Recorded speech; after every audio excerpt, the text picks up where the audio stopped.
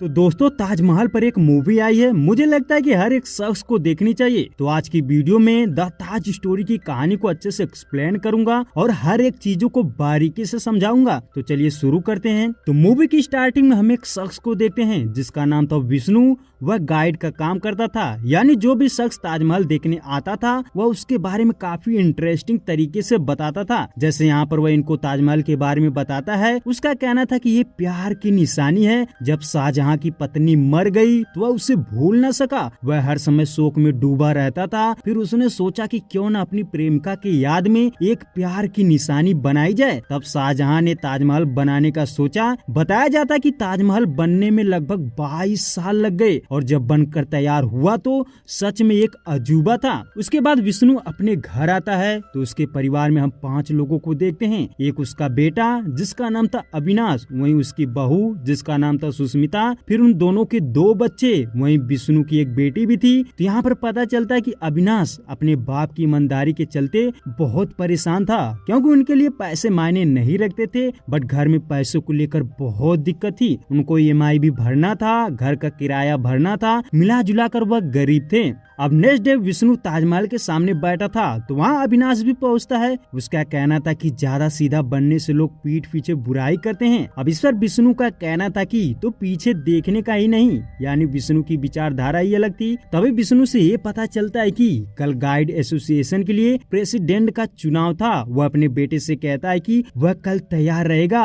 Next morning वह guide association office पहुँचते हैं। वहाँ देखते हैं कि 2 पार्टी थी, यानी 2 लोगों के बीच चुनाव होना था। एक विष्णु वहीं दूसरा उस्मान। वह दोनों इलेक्शन के लिए नामांकन करते हैं। वहीं उस्मान विष्णु को बातों ही बातों में ये धमकाता है कि वह इन सब राजनीति में ना घुसे, अपने सेहत का ध्यान दे। इस पर विष्णु भी उसे पलटकर जवाब देता है। यहाँ तो कुछ ज्यादा नहीं होता। उसके बाद हम देखते हैं कि उसकी बेटी जिसका नाम था तरासा, वह विष्णु से 3000 रुपये मांगती है, क्योंकि उसे यूपीएससी की तैयारी के लिए टेस्ट सीरीज लेनी थी। तो उसे पैसे दे दिए जाते हैं। अब अगले दिन देखते हैं कि एक हर्षा पटेल नाम की औरत थी जो अमेरिका से आई थी। वह विष्णु से ताजमहल के बारे में जानकारी ले रही थी। विष्णु से बताता है कि जब मुमताज मरी तो उसके 6 महीने बाद उसे आगरा लाया गया और ताजमहल बनने से पहले ही उसे यहीं पर दफनाया गया था। तो इसके बाद हर्षा लास्ट क्वेश्चन पूछती है जो थोड़ा विवादित था। उसका कहना था कि विष्णु जी क्या सच में ताजमहल को शाहजहां ने ही बनवाया था? तो यानी उसका पूछना था कि बहुत से लोग कहते हैं कि यहाँ पहले हिंदू महल था। ये सुनते ही विष्णु मानने से इनकार करता है। बट प्रूफ के तौर पर हर्षा उसे एक शख्स के बारे में बताती है जिसका नाम था महेंद्र दास। उसका कहना था कि उन्होंने 1970 में 2 अमेरिकन को ताजमहल के अंदर कुछ दिखाया था,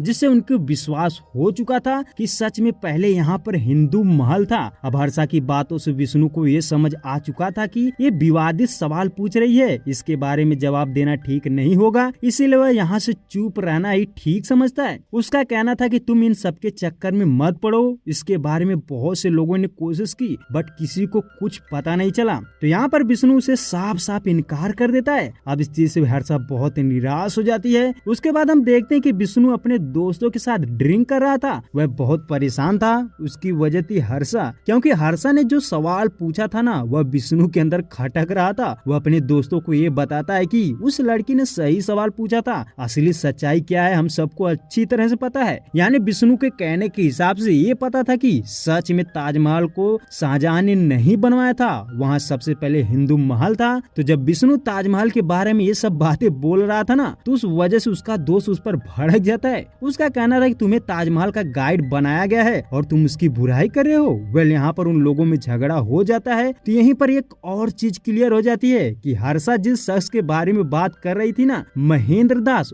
वो कोई और नहीं बल्कि विष्णु के पिताजी थे, जिन्होंने कुछ साल पहले ताजमहल की असली सच्चाई बताने की कोशिश करी थी। बट उनके लिए ये आसान नहीं था, उन्होंने खुदकुशी कर ली थी। यहाँ पर विष्णु अपने पिता के बारे में सोचकर रो रहा होता है। अब अगली सुबह एक बहुत बड़ा कांड हो जाता है, या यूँ कहें कि विष्णु के ऊपर आफत आने वाली थी, क्योंकि विष्णु ने जो शाम को अपने दोस्तों के सामने ताजमहल के खिलाफ बोला था ना, उसी का कोई वीडियो बनाकर वायरल कर दिया था। अब ये चीज पूरे शहर में फैल चुकी थी। शहर क्या धीरे धीरे पूरे इंडिया में फैल जाती है, जिससे विष्णु की खूब बेइज्जती होती है। उसे लोग ताना मार रहे थे। तभी उसे गाइड एसोसिएशन ऑफिस बुलाया जाता है। वहाँ देखते हैं कि उस्मान को अब मौका मिल चुका था। वह विष्णु को बहुत बोलता है और और यहीं पर गाइड एसोसिएशन के पद से सस्पेंड कर देता है। इस पर विष्णु का कहना था कि यह वह नशे की हालत में बोल पड़ा, ये उसकी व्यक्तिगत विचारधारा है, बट फिर भी उसकी बात को कोई नहीं मानता। वह विष्णु को ही नहीं बल्कि उसके बेटे को भी सस्पेंड कर देते हैं। फिर क्या, विष्णु इस चीज से बहुत दुखी था। वह जैसे ही ऑफिस से बाहर आता है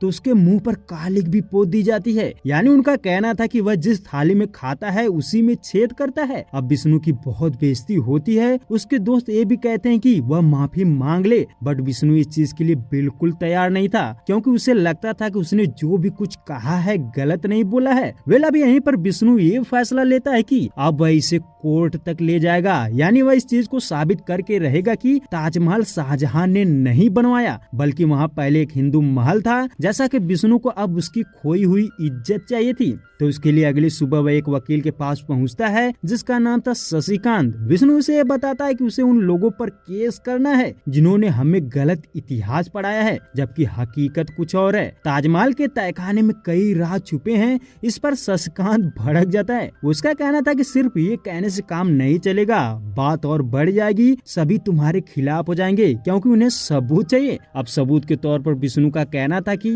ताजमहल की कार्बन डेटिंग कराई जाए, जिससे पता चल जाएगा कि ताजमहल कितना पुराना है। शशिकांत उसे बताता है कि ये सब इतना आसान तो नहीं है कि तुम्हारे कहने से उसकी कार्बन डेटिंग कराई जाए। जब तक उनके पास पहले ठोस सबूत नहीं होंगे तब तक वह ऐसा नहीं करेंगे। वेल यहाँ पर यह फैसला लिया जाता है कि अगर विष्णु सबूत लाएगा तो केस फाइल किया जाएगा। तो विष्णु सबूत ढूंढने के लिए तैयार था, बट उसको कुछ दिनों का समय चाहिए था। उसके बाद विष्णु को उसके पिता का एक लेटर मिलता है, जिस वजह से वह उस शख्स के घर पहुँचता है जिससे उसके पिता के साथ मिलकर रिसर्च की थी, जिसका नाम था वियन। तो विष्णु उसके बेटे से कहता है कि उसे उनकी कुछ रिसर्च के बारे में जानना है। तो कुछ इस तरह वह सबूत ढूंढने में लग जाता है। हम देखते हैं कि 4 महीने बीत चुके थे, अब उसको सबूत मिल चुका था। इसीलिए वह शशिकांत को कॉल करके ये बताता है कि वह केस फाइल कर दे, उसको सबूत मिल चुका है। तो यहाँ पर केस फाइल कर दिया जाता है। उसके बाद विष्णु ये सारी बातें अपने घर वालों को बताता है कि वह ताजमहल के खिलाफ पिटीशन फाइल कर रहा है। ये सुनते ही अविनाश उन पर गुस्सा हो जाता है, बट विष्णु अपनी बात पर अड़ा रहा। उसका कहना था कि बात अब हमारे संस्कृति और सभ्यता की है, हमें बरसों से गलत इतिहास पढ़ाया गया है। तो यहाँ पर अविनाश के लाख मना करने के बावजूद भी विष्णु नहीं मानता। फिर क्या, मामला धीरे धीरे और गर्म हो जाता है। सोशल मीडिया के जरिए ये बात और भारत में फैल चुकी थी। हिंदू मुस्लिम एक दूसरे को सही बताने के चक्कर में लड़ रहे थे। वहीं दूसरी तरफ पॉलिटिकल लीडर नवाज उस्मान पर भड़क रहा था कि उसने इतना बड़ा कांड कर दिया, वह हमारी धरोहर पर उंगली उठा रहा है और तुम लोग शांत बैठे हो। यानी नवाज फुल गुस्से में था। वह विष्णु को ही बर्बाद करने का फैसला लेता है कि हम उससे नहीं छोड़ेंगे।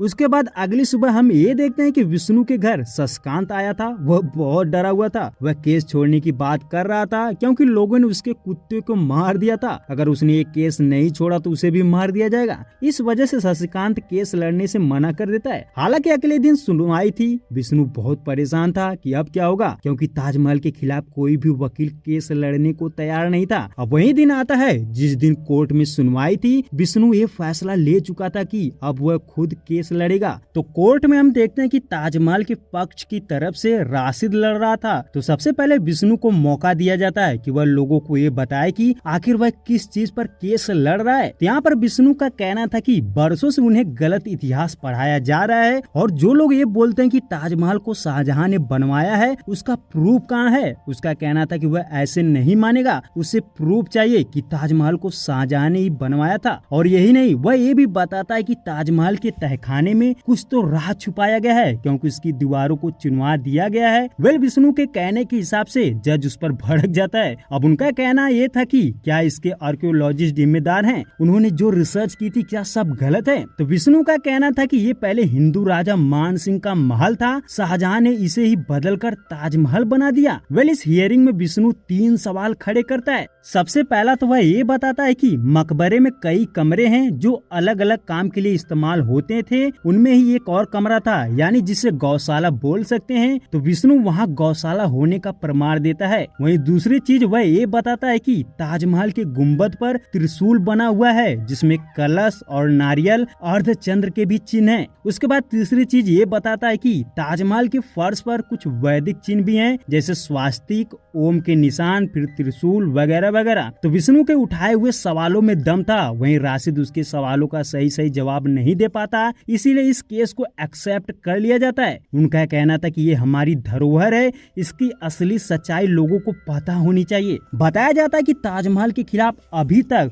6 और पिटीशन फाइल की गई थी, बट सभी पिटीशन रिजेक्ट कर दी गई थी, लेकिन इस पिटीशन को एक्सेप्ट कर लिया जाता है, जिससे विष्णु बहुत खुश था। वहीं दूसरी तरफ नवाज बहुत गुस्से में था। वह राशिद को बोल रहा था कि उसे पिटीशन रद्द करा देनी चाहिए थी। इस पर राशिद का कहना था कि जो हुआ ठीक हुआ, अब वह सबको ये बताएगा कि आखिर ताजमहल का इतिहास क्या है, यानी सबूत उसे देना है कि ताजमहल को शाहजहां ने नहीं बनवाया, हमें तो कुछ करना ही नहीं है। वेल, जो भी है, अब आगे देखते हैं कि ये खबर चारों तरफ फैल चुकी थी, लोग तरह तरह की बातें कर रहे थे, कोई पक्ष में था तो कोई विपक्ष में। अब कुछ दिनों बाद फिर से कोर्ट में सुनवाई होती है। इस बार राशिद IERT कॉलेज की प्रोफेसर को लाता है, जिसका नाम था उर्मिला, जो हिस्ट्री की टीचर थी। उसका कहना था कि जो पहले हिस्ट्री लिखी जाती है, फैक्ट्स के आधार पर लिखी जाती है, इसके लिए कमेटी का गठन किया जाता है, बहुत सारी रिसर्चेज की जाती है, तब जाकर बुक में लिखा जाता है। तभी विष्णु इसकी बातों के आधार पर एक सवाल करता है। उसका पूछना था कि क्या आप लोग जो भी लिखते हैं वह बच्चों के हित में होता है, यानी बच्चों के भविष्य को लेकर जानकारी दी जाती है। तो इस पर विष्णु का एक प्रूफ दिखाता है। वह एक बुक में लिखे हुए आधार पर ये बताता है कि जब गांधी जी को गोली मारी थी तो उन्होंने नाथूराम गोडसे का नाम लिखा, बट उसके आगे ये भी लिखा कि वह एक ब्राह्मण था, हिंदू था। ये सब लिखने की क्या जरूरत थी? तो विष्णु के कहने का मतलब ये था कि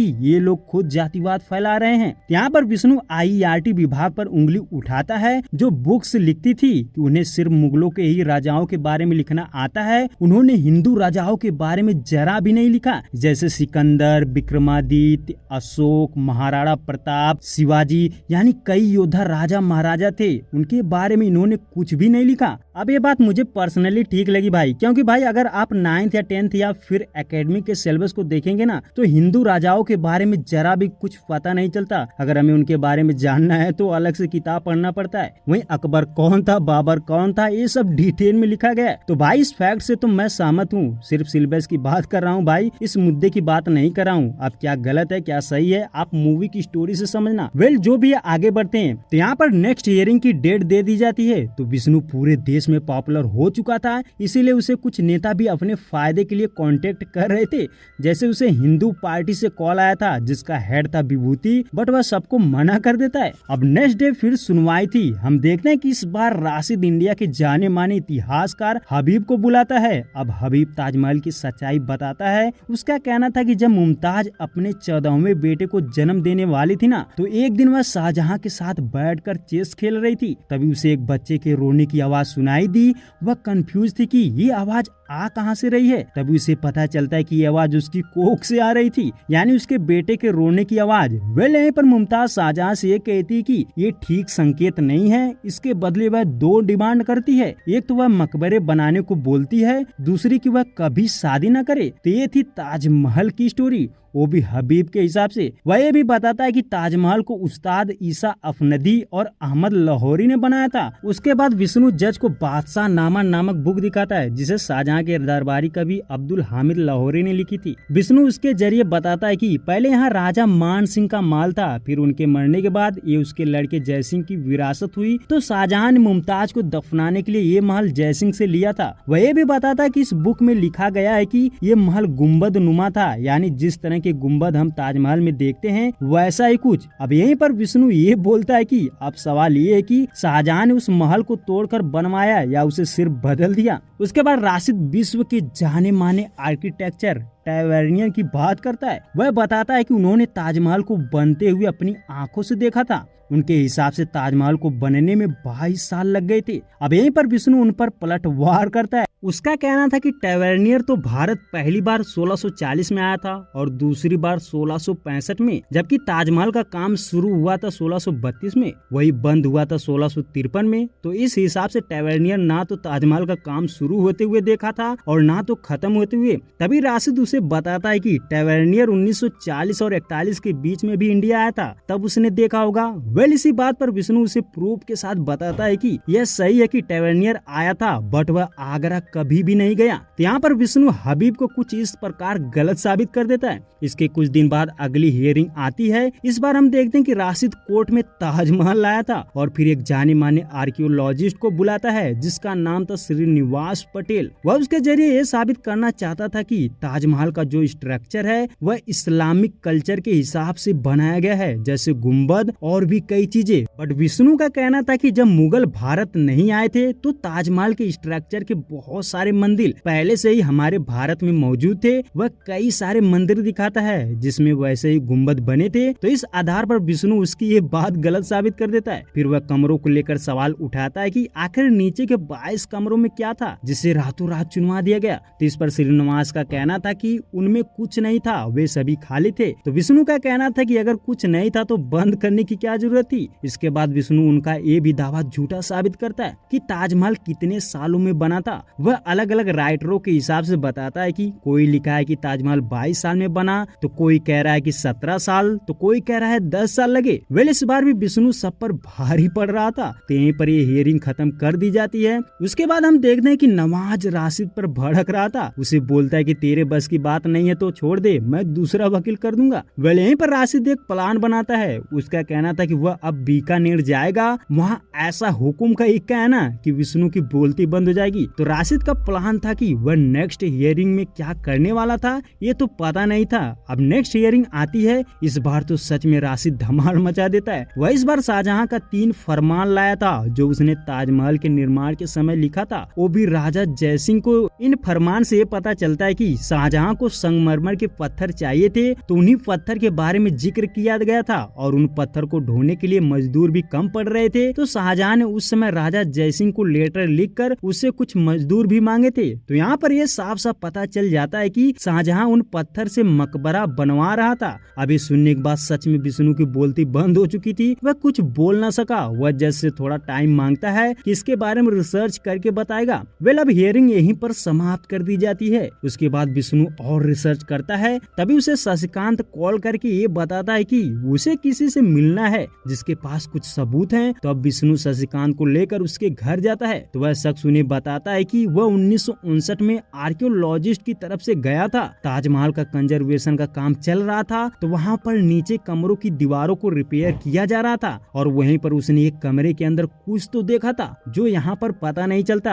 अब विष्णु को सबूत मिल चुका था। वह बहुत खुश था। उसका कहना था कि वह उसे जरूरत पड़ेगा तब बुलाएगा। वेल वह आदमी गवाही देने के लिए भी तैयार था। तो अब नेक्स्ट हियरिंग का दिन आ जाता है। इस बार विष्णु को राशिद के पेश किए गए सबूत को गलत साबित करना था। यानी जो उसने शाहजहां के फरमान सुनाए थे ना कि उसने जयसिंह से संगमरमर मंगाए थे, तो यहाँ पर विष्णु उन्हें ये बताता है कि 8 जनवरी 1632 को मुमताज को बुरहानपुर से आगरा लाया गया था उन्हें दफनाने के लिए। फिर उसके 13 दिन बाद यानी 21 जनवरी को उन्होंने जयसिंह को फरमान लिखा था संगमरमर के लिए। तो विष्णु का कहने का मतलब ये था कि मात्र 13 दिन के अंदर ही कैसे संगमरमर मंगा दिया, जबकि ताजमहल की नींव तैयार करने में कुछ तो साल लगे होंगे। बट इनके हिसाब से तो मात्र 13 दिन में ही नींव तैयार हो गई होगी। विष्णु बताता है कि उसने शाहजहां के फरमान को अच्छे से पढ़ा है। उसमें कहीं भी नहीं लिखा था कि वह ताजमहल के लिए पत्थर मंगा रहा था।